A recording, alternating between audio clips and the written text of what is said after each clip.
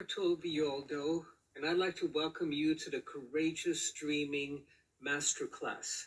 Let me first tell you a little bit about myself. I was trained as a medical anthropologist and directed a small neuroscience laboratory at San Francisco State University. We were studying whether we could create psychosomatic health, not only psychosomatic disease. How do you create health using the extraordinary power of your mind? After years of looking at the brain through a microscope and studying the human mind from the laboratory, I decided I was looking out of the wrong end of the microscope. Instead of going smaller and smaller to look at neurons and brain cells, and I had to go bigger. I closed down my lab and went to the Amazon rainforest to work with the shamans, with the medicine men and women that had only the power of their mind and their plants, of course, to create health. They didn't have MRIs, they didn't have high-tech machinery, heart scans, brain scans. They had the power of the mind to kill or to heal. And I spent the next 25 years working with the shamans in the garden, because the Amazon is the primordial garden where we all resided at one time. I asked a medicine woman once, because the teachings of shamanism they're quite complex for someone who comes from the West. They're about communion with nature, communion with your own body, and they're about the dreamlike nature of reality. That reality, what we call reality, is truly a dream that we can either participate in dreaming with it or become dreamt by. So I asked this old medicine woman, what is it with all of this shamanic teaching? And she said to me, the object of the shaman's learning is to learn how to get out of this life alive. So I'd like to share with you what happens after we die. When we die unconsciously, when the spirit leaves the body and it's not aware of the fact that it has died, it can oftentimes get caught in what the Tibetans call the bardo, or in Christianity we call the purgatories, in a nightmare that they feel that they cannot wake up from. They don't know that they're dead. They're trying to go to loved ones. In fact, in Tibet, when a monk dies, they'll put his bowl during meal times on the floor. And when he comes to eat, he'll find his bowl on the floor where the animals eat, and to help him realize that he's already left his body. You want to avoid getting caught in these nightmares that can take so many years to wake up from. And the task of the shaman, of course, is to get out of this life alive, to take your consciousness with you through those journeys beyond death. But the shamans understand that once you die, that's not the only place that you can get caught in a nightmare. You can become caught in a nightmare while you're still alive, while you're still in the body, in a nightmare of a terrible job or of an abusive relationship, of life circumstances where the universe doesn't seem to support you, where you're always swimming against the current, where you're battling demons and everyone is an adversary and the universe does not give you an ounce of support. This is an equally terrible nightmare to what people can experience beyond death. So the task of the shaman is to wake up inside this nightmare and to begin to dream courageously, to begin to craft your own dream, and to ultimately help to dream the entire world into being. In this masterclass, I'm going to show you how we can do that. This is the finest art of the medicine men and women that I studied with in the Amazon rainforest.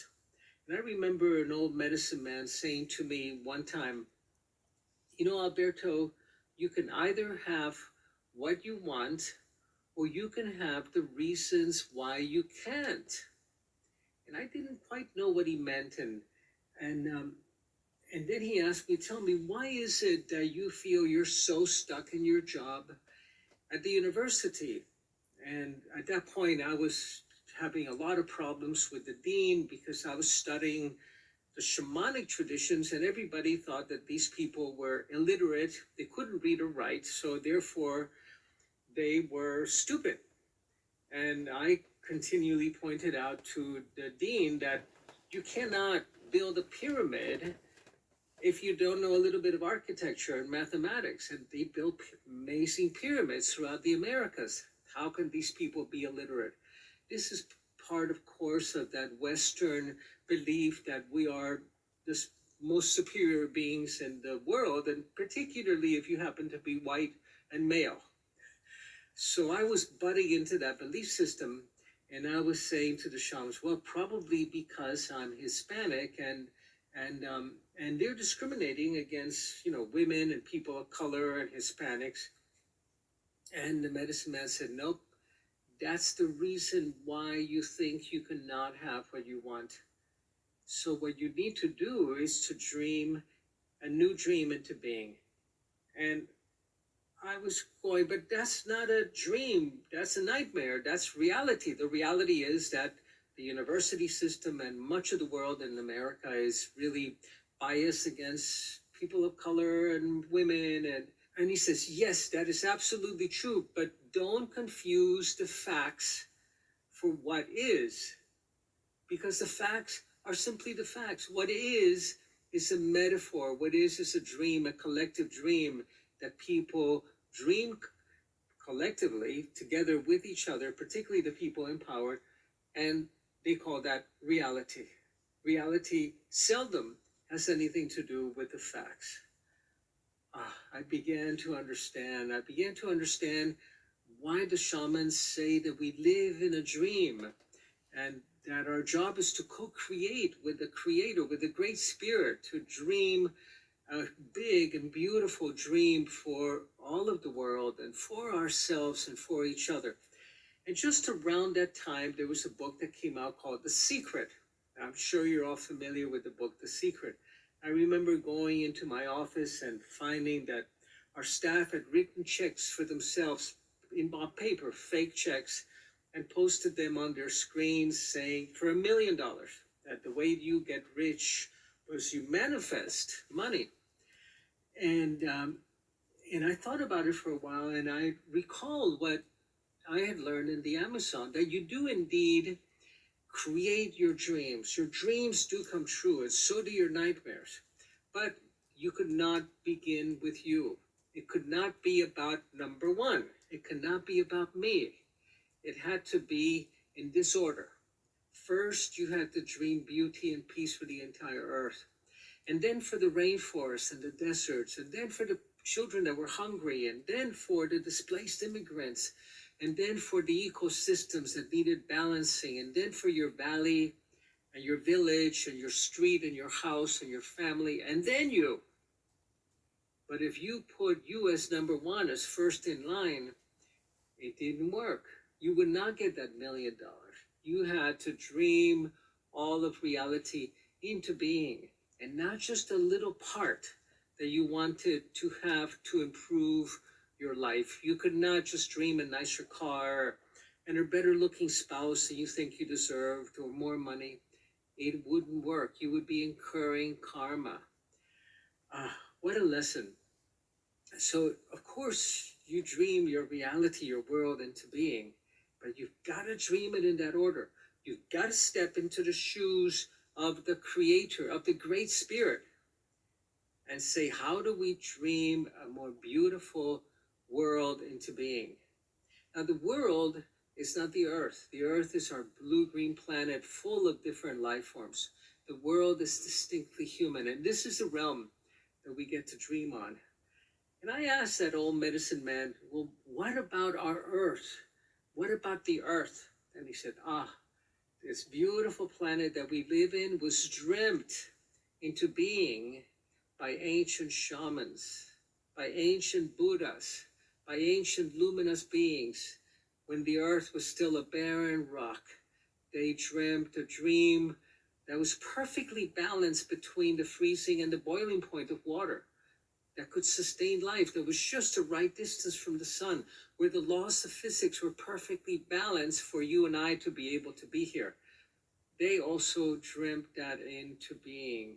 It was not an accidental creation. We're not a product of a series of biological accidents and genes drifting across from one to another and evolution happening through random mutations. There was consciousness involved in the minds of these luminous beings, these avatars that transcended space and time, that you and I can someday aspire to become and sit around a fire with. Wow, what a lesson, what a lesson.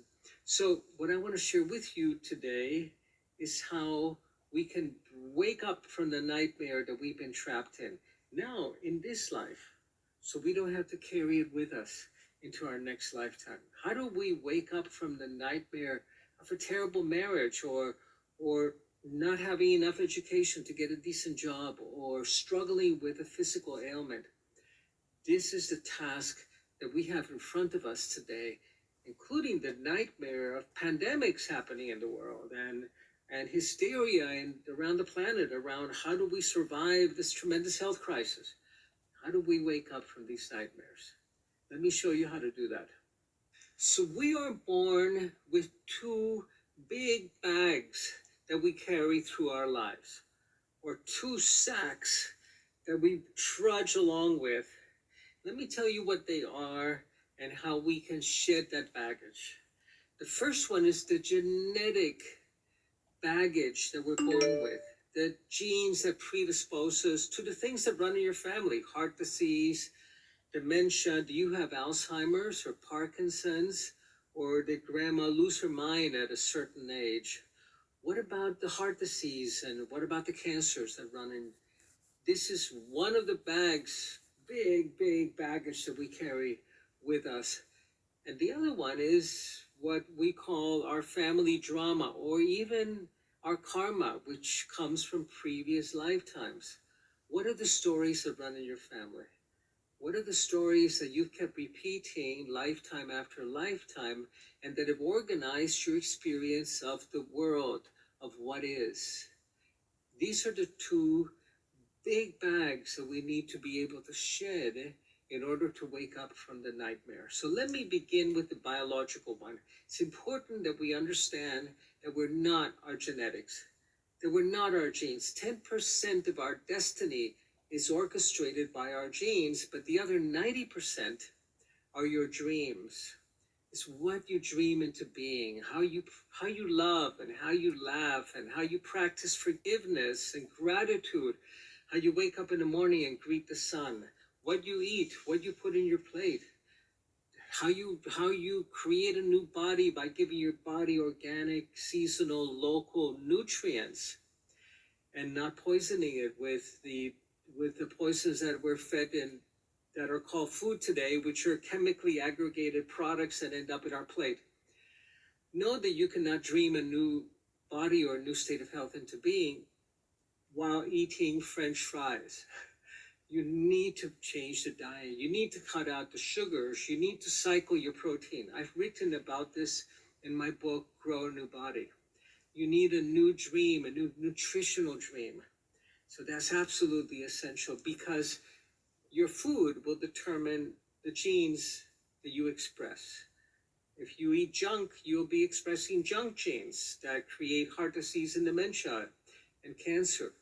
When I was a medical anthropologist in the Amazon, I went to villages that had no heart disease, zero cancer, and absolutely no dementia. Maybe there was a cousin that was a little bit crazy, but no Alzheimer's, no Parkinson's, until they began to eat like us, to live like us, and to become disconnected like us. And then they started to get sick like us and to die like us.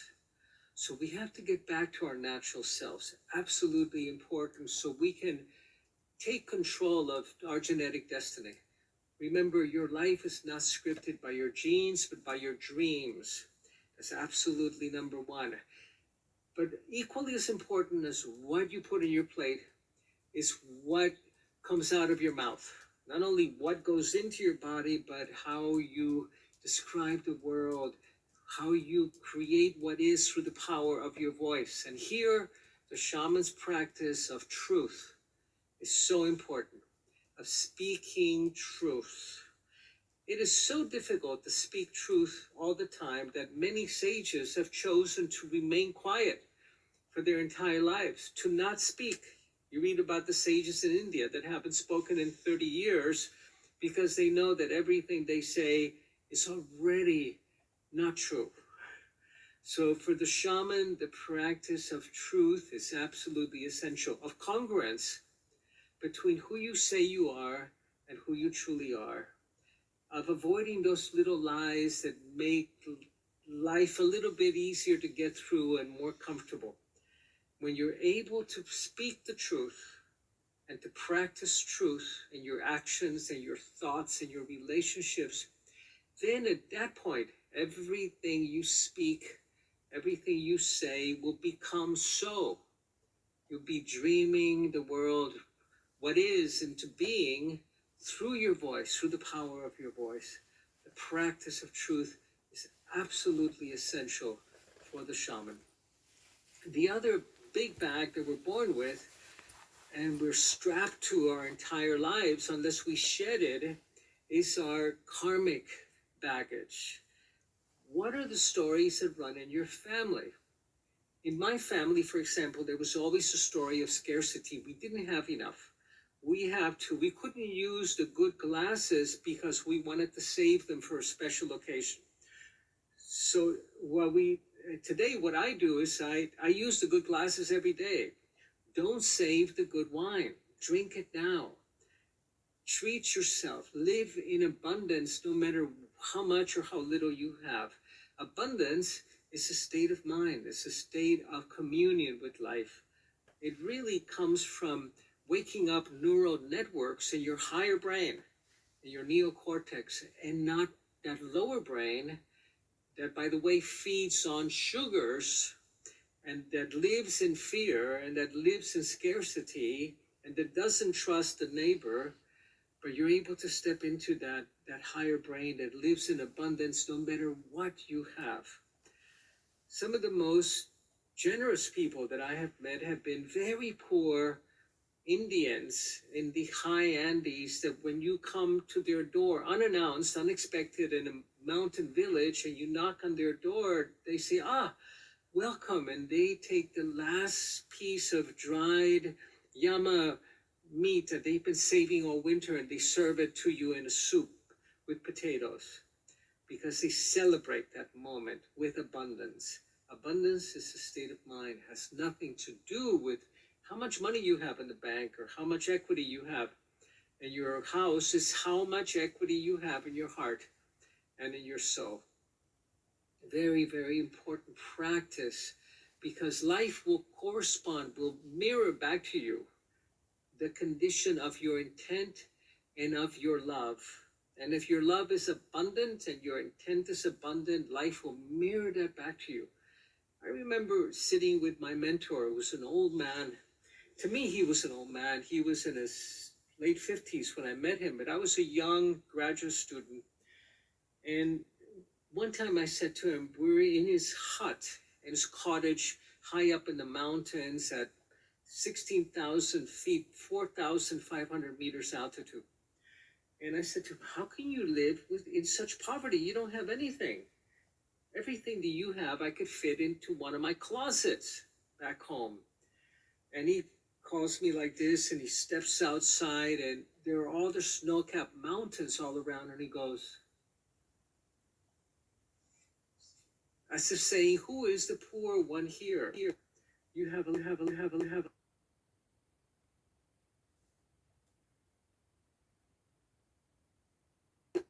bank account and 3 pairs of shoes. I only have one. Who's the poor one? I have these mountain tops. Who is the poor one? Of course, we have to break out of that brain of scarcity and step up to that higher brain that's fueled by what you eat. And this brain loves the good fats, the avocados, the nuts, the olive oils, the Mediterranean diet. And once you awaken that brain, then you live in generosity. because abundance, how much you have, how rich you are among the shamans, is not measured by how much you hoard or how many coins you keep under your mattress, but by how much you share and how much you give away. So to lighten up your karmic load, to empty that bag of karma, of all the family histories and all the stories that you bring from previous lifetimes, we need to focus on 3 dreams. The first one is that dream of love that turns into a nightmare. That's happened to all of us. Remember that time you fell in love, that person really understood you. They got who you were. You'd never been understood that way before. And you come together and you have a relationship, and shortly thereafter, this perfect partner turns into a nightmare lover.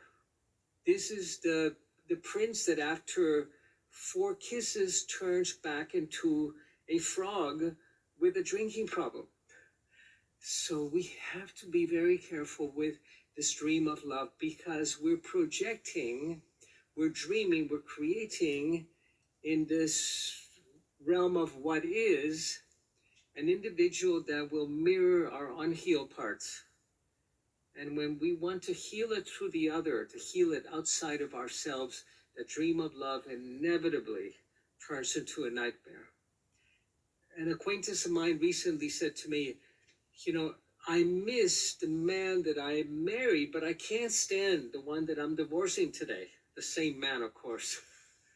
The one that she married was the dream of love, that projection of her own unhealed parts into the other, and the hope that maybe through the other she would become whole. And when that didn't happen, when she saw that that person that she married was actually full of their own karma, full of their own unhealed parts, that became a living nightmare. The next dream that we wake up from is the dream of security. Where will I be safe? Who will respect me and honor me? Where will I not feel endangered?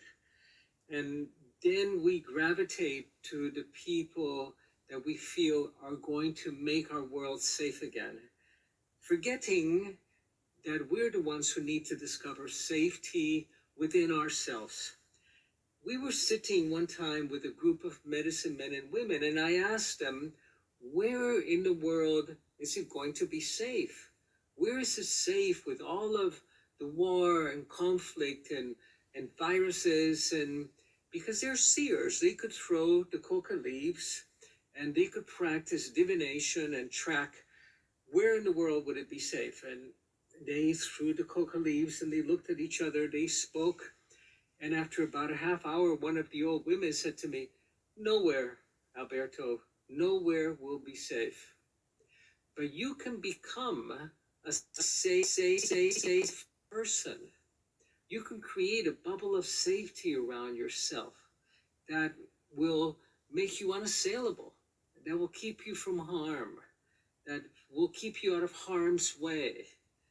And this is the key to practicing safety today in our world. This is one of the nightmares that we're going to learn to wake up from.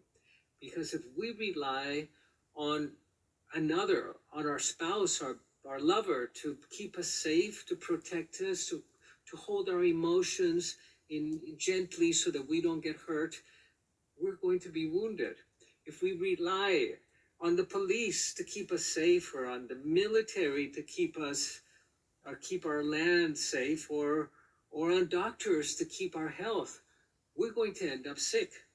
We have to take responsibility for our own safety, to create safety internally. And when we do so, that informs our luminous energy field. And we create a field of safety around ourselves. Your house is the house that did not burn down when that forest fire happened. You're the one that the bullet did not hit in conflict. There's legends among the Inca and among many Native American peoples that when they were battling the Spanish, that the Spaniards would shoot at them and the bullets would not hit them. They were invincible because they had created this bubble of safety around themselves. Now, this had nothing to do with creating armor, with energetic armors or protections. It had to do with learning and understanding that at any other time in history, that adversary that you were facing would be sitting around a fire with you as a friend, and you would be exchanging stories. You had to have the big picture of the moment in history that you were living in. So this is how they practice safety. In the course, we're going to help you go through the steps of waking up from this nightmare that we have of needing safety through the other, through the gated community that we live in, through the automobile where we can roll the windows up when we're in a bad neighborhood. Safety is something that you create for your emotions, for your physical safety, and for your family by creating a field that is safe. A field of beauty, a field of balance and harmony, where you're recognized by the earth and by the energies of the planet as part of the solution and not as part of the problem that humanity is creating for the earth right now. An example that I use is with your probiotics. And this might seem a little bit far out, but the mind of the planet, the mind of Gaia, is bacterial. The bacteria were here 2,000 million years ago. And they'll be here long after humanity is gone. And they communicate with each other. They're in the air, they're in the earth, they're in our flora, they're in our guts. Our bacteria actually are around us 2 feet away from us.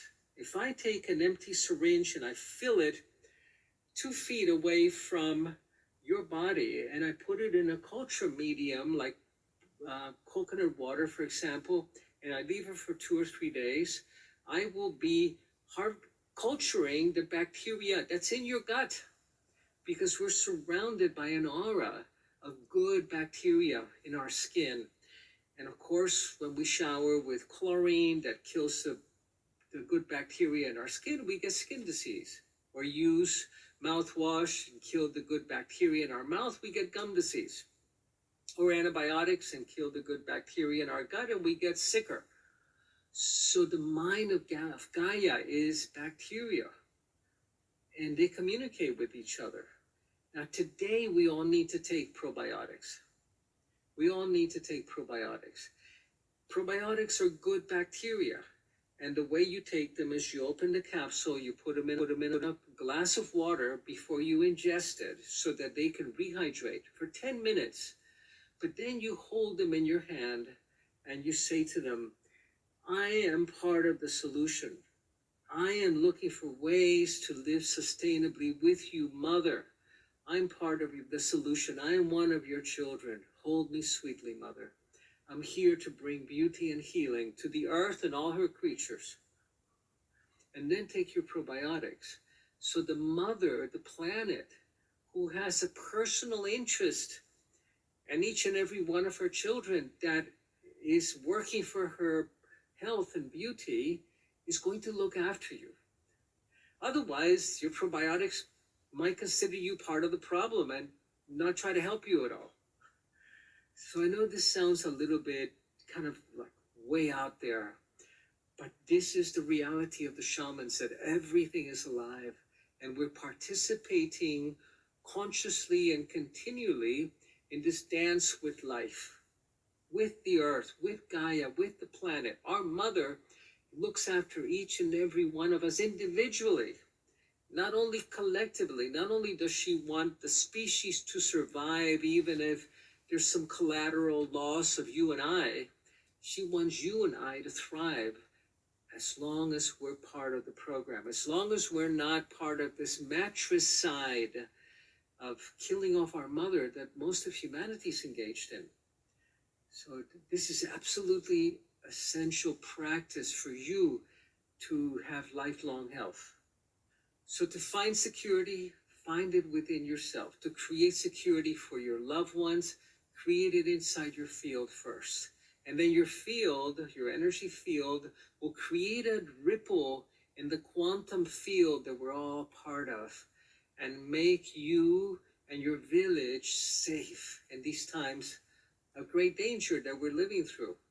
But to do that, you shatter the myth and you shatter the illusion of safety coming from the outside, from where you live, or what kind of protections you have, or how much life insurance and health insurance you have, or whether your doctor or the police can look after your safety. Look for it within. Look for it in your heart. Look for it in your luminous energy field. The next dream that we're challenged to wake up from is the dream of death. This is a big one. This is one that we keep trying to avoid our entire lives. I'm convinced that this is one of the reasons that we become so busy, that we fill our lives with so much busyness, because if we stop and take 10 deep breaths, we're going to have to face our growing older, our mortality. That death is stalking us at every moment. Oh, what a terrifying thought. All shamanic initiations around the world have to do with a journey beyond death. In the Andean traditions that I studied, it was called jaguar medicine. It was the jaguar that showed you the ways beyond death, into the world of spirit. Now, while you still had a body to come back to, because you didn't want to be learning the ways back home at the end of your life, it was not a good time to be asking for directions. You learned the way back to the spirit world, and you discovered our oneness and communion with all of creation, and you brought that wisdom back to you today. So death, of course, we discover is simply a doorway. It's a doorway into infinity. But the specter of death haunts us in this life of annihilation. What will happen when I cease to be me? When I don't have a name anymore or a body? This is that first lesson of the shamans, of discovering how to take your consciousness with you beyond death, into infinity, into the realms of spirit. Throughout history, shamans have been engaged in healing. They're healers. They want to alleviate suffering. This is what I do today. I train men and women in the ancient wisdom arts of the shaman and the healing arts, combined with cutting-edge science and brain science in particular, because we have the opportunity to bring the cutting-edge science and the ancient wisdom together for the first time. But the shamans have always sought to alleviate suffering and to bring healing. And they discovered that even more powerful than healing disease was preventing disease. Wow, if you could prevent it from happening in the first place, extraordinary.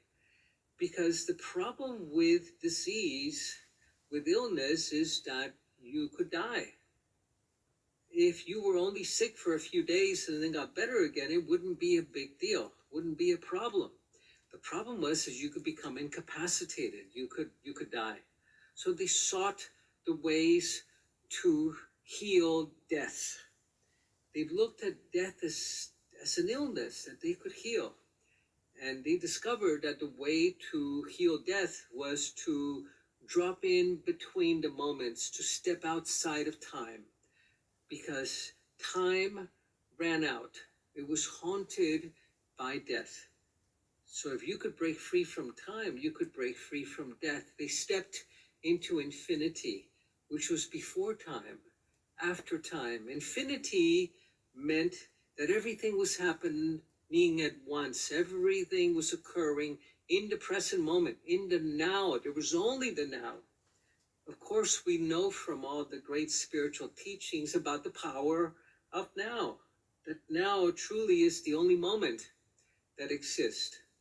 And this is what the shamans discovered. They learned how to do this, and I want to teach you how to do this in a few moments. They learned that they could step outside of time to heal things before they were born into time, to repair things before they were born, to dream the world into being so you didn't have to correct it later. Now, how do you step outside of time? This became an obsession for the shamans of the Americas in particular. And you can tell this by the stories of creation of the shamans. If we look at our story of creation in the West, we find that it's about the division of space, separating the waters above from the waters below, the waters from the dry land. And the division of space led to the division of land and the ownership of land. This is my land. And of course, the conflicts that we have today in the Middle East is about this holy land. The stories of creation of the shamans are about the division of time, not the division of space, about calendars. So they divided time into calendars. Calendars was not just a way of keeping track of time, but of stepping outside of time. The Mayans, for example, have 23 different calendars. We have only one. They have some calendars that are 20 days long, and some of them are 60,000 million years long before even this universe was created. Fascinated by time, and they learn to break free from time, to step into infinity.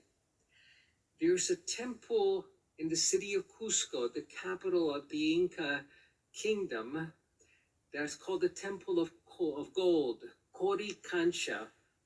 And this temple was discovered by the Spaniards, and it was the richest temple. It was wallpapered with sheets of gold, the thickness of a man's wrist. Imagine these sheets of gold that went up 20 feet into the air, the wallpaper. The first thing the Spanish took, of course, was the wallpaper. But this temple disappeared. It vanished.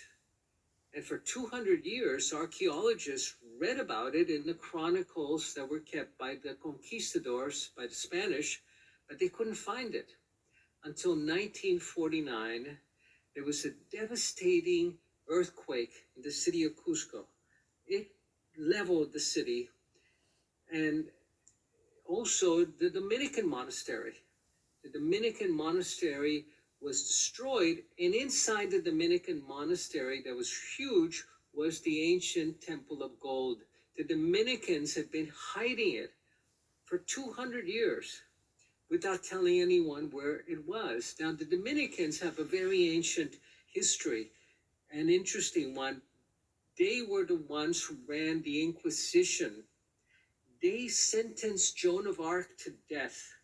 They were torturing the pagans and the heathens, but at the same time, the Dominicans would rescue and save the very finest books in their libraries. And it was the libraries of the Dominicans that allowed for the Renaissance to occur, because they were the books on geometry, on mathematics, on architecture. You didn't have to rediscover this all over again. The Dominicans did the same thing in the city of Cusco. They protected the most valuable teachings of the ancient Incas, which were inside this temple, because inside the Coricancha was the great mirror, was a mirror the size of a man, a concave mirror that had marked in it the Seke lines, which were the 13 lines that corresponded to the 12 months of the solar calendar and the 13 months, 13 moons of the year. This is where time began, and it extended from this concave golden disc through windows in the Temple of Gold to mountaintop monuments where time was superimposed onto the land, onto the geography, and onto space. But this was not only the marking of time. This concave disc, according to legend, allowed one to travel through time to the beginning. And this is what the Dominicans were doing, because the temple was intact. The corridors were kept maintained. The rooms were clean. They were lit by torches and then later by electrical lights. They denied the existence of all of this, of course, and today is still owned by the Dominicans, but you can visit it. But the disc was gone. The golden disc had disappeared. The legends say that the shamans took it and to Lake Titicaca, and some legends say that they took it to the snow-capped mountains and buried it in the ice. But this was the fascination of these priests.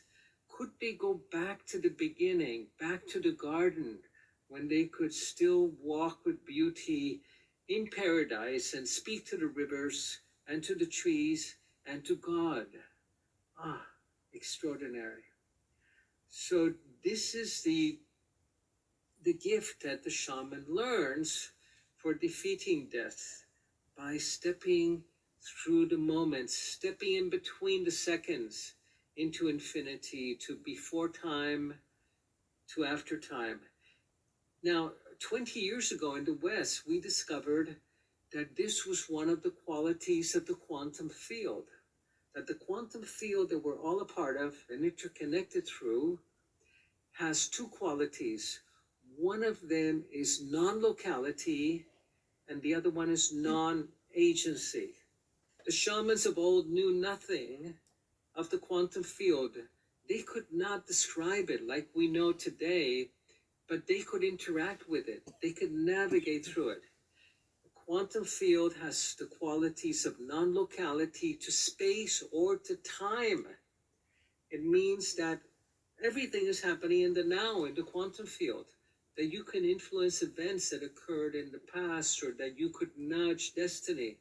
It was non-local, that 2 points in space that might be at opposite ends of the universe in the quantum field would actually be adjoining each other as well. Everything was here and now. I love that book written by Ram Dass so many years ago, Be Here and Now. This is before we discovered the qualities of the quantum field that say that all there is here and now.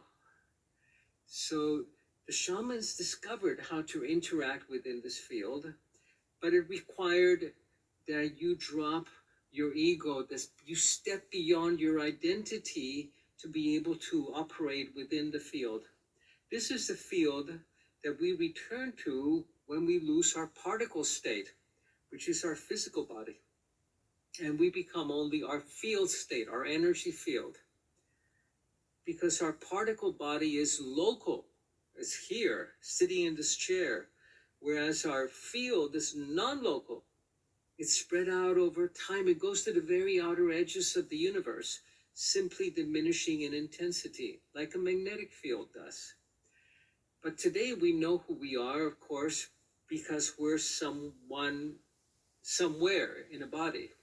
But will we know who we are when we are someone that's everywhere? So this was the initiation process of the shaman, the journey beyond death, the shedding of your ego, of your identity, of your name, of your house, your car, your dog, everything that would be taken away from you anyway at the moment of your death. Understanding that you were not any of those things. And of course, they were not taken away from you. It was simply the identification that you had to shed and put in the fire. And this is what was required to operate within the quantum field, because the other quality of it was no agency. There was no doer in the field. Things simply happened. They happened. There was no doer. There was no Alberto that had to do something for something to happen. Things continued to happen, but the operating principle was intent, intentionality. And this was how you dreamt the world into being. You had to journey beyond death.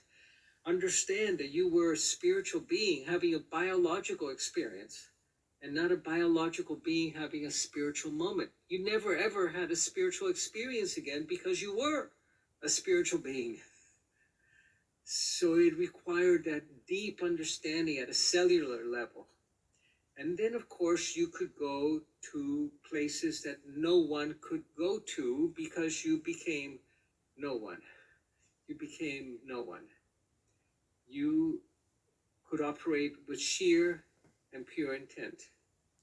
And then you could dream the world into being. You could dream the world into being by dreaming the entire planet, and then your valley, your village, your home, and you.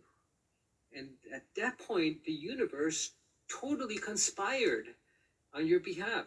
It went out of its way to create the circumstances for you to be successful. In the same way that when the sages of old, millions and billions of years ago, conspired to create this beautiful blue-green planet, all of the forces of gravity and distance from the sun and boiling point of water conspired on the behalf of life. This operates at our personal level as well. But to do this, we have to shed the identities that we're possessed by, because everything, remember, that you own or you possess, including your name and your title and your belongings and your spouse, possesses you as well. And it doesn't mean that you leave your children or your spouse, your marriage or your car, but you're simply not defined by them any longer. You become a mystery unto yourself. And this is the task of the shaman. This is how we dream the world into being. But to do this, we need to be able to step outside of ordinary time, to defeat death, so that death no longer lives within us.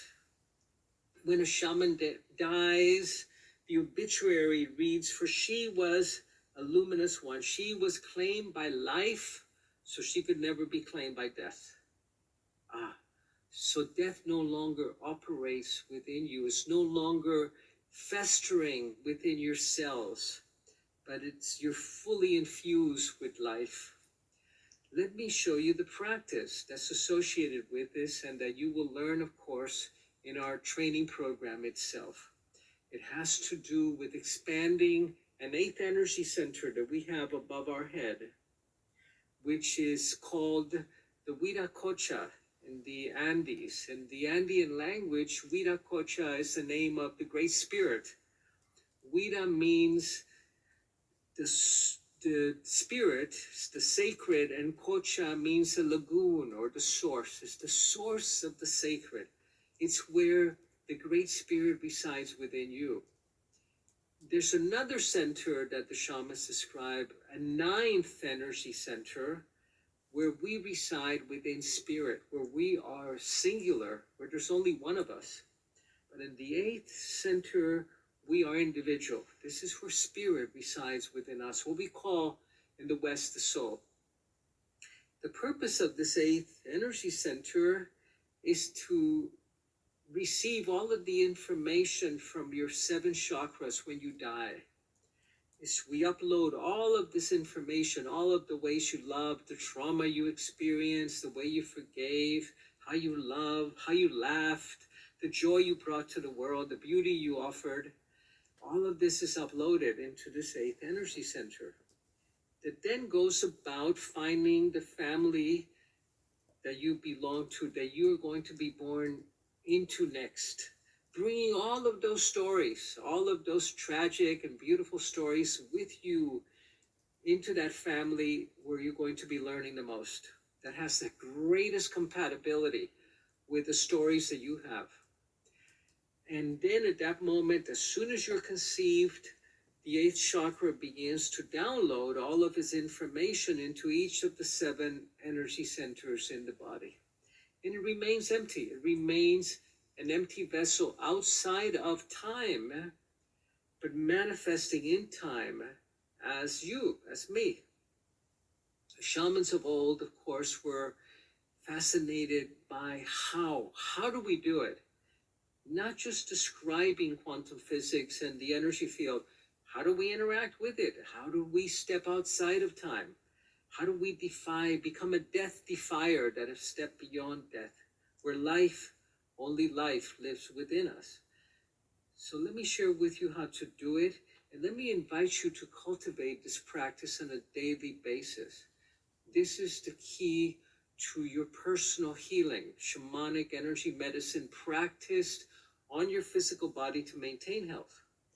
So beginning with your hands at your heart center and dropping into your breath, finding your breath.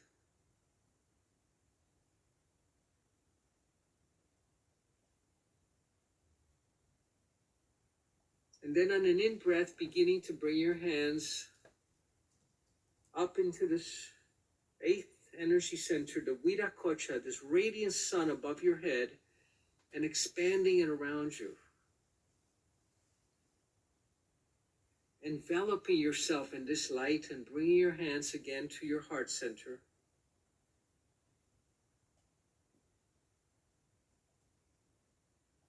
And expanding it front and back around you, enveloping yourself in this bubble of light.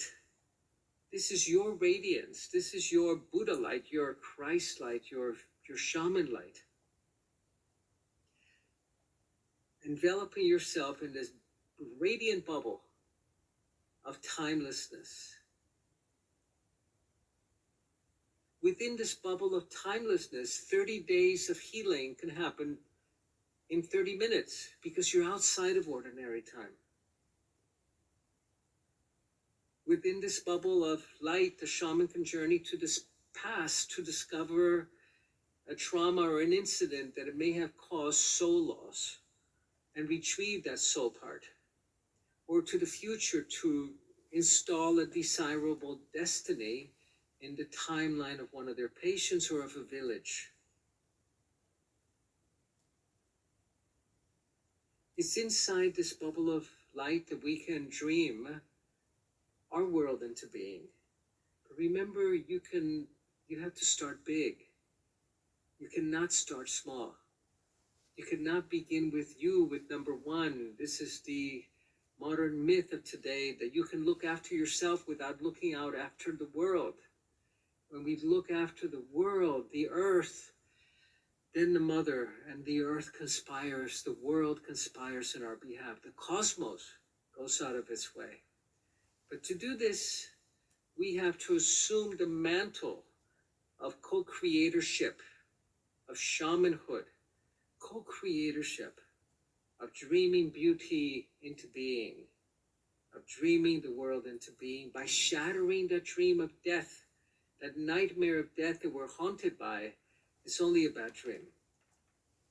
Seeing through it by experiencing infinity, by allowing infinity to infuse every cell in your body, then you exorcise the death that lives within you. Then you can only be claimed by life and never be claimed by death.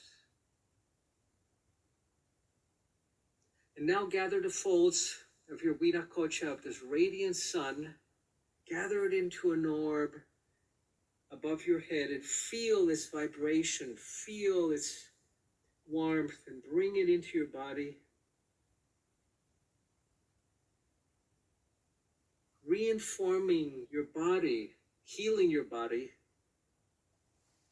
and reinforming it from that radiant sun above your head, from that source that informs all life. After we shatter that nightmare of death and taste infinity, we begin to understand the extraordinary potentials that we have as humans. We begin to understand how we are the seeds of a new human that is being born in the earth today, that has been announced by shamanic prophecies for 500 years. We begin to understand how we can take that leap to become a new human. You and I, not the next generation, but you and I can become that homo luminous, that new human. And together we can dream a new dream of peace, of beauty, of sustainability, of stewardship, and of earth-keeping as earth-keepers for our entire planet, for humanity, and for all living beings taking part in the sacred dream that we came here to co-create with Spirit. Thank you for joining me in this masterclass. I want to invite you to come and take the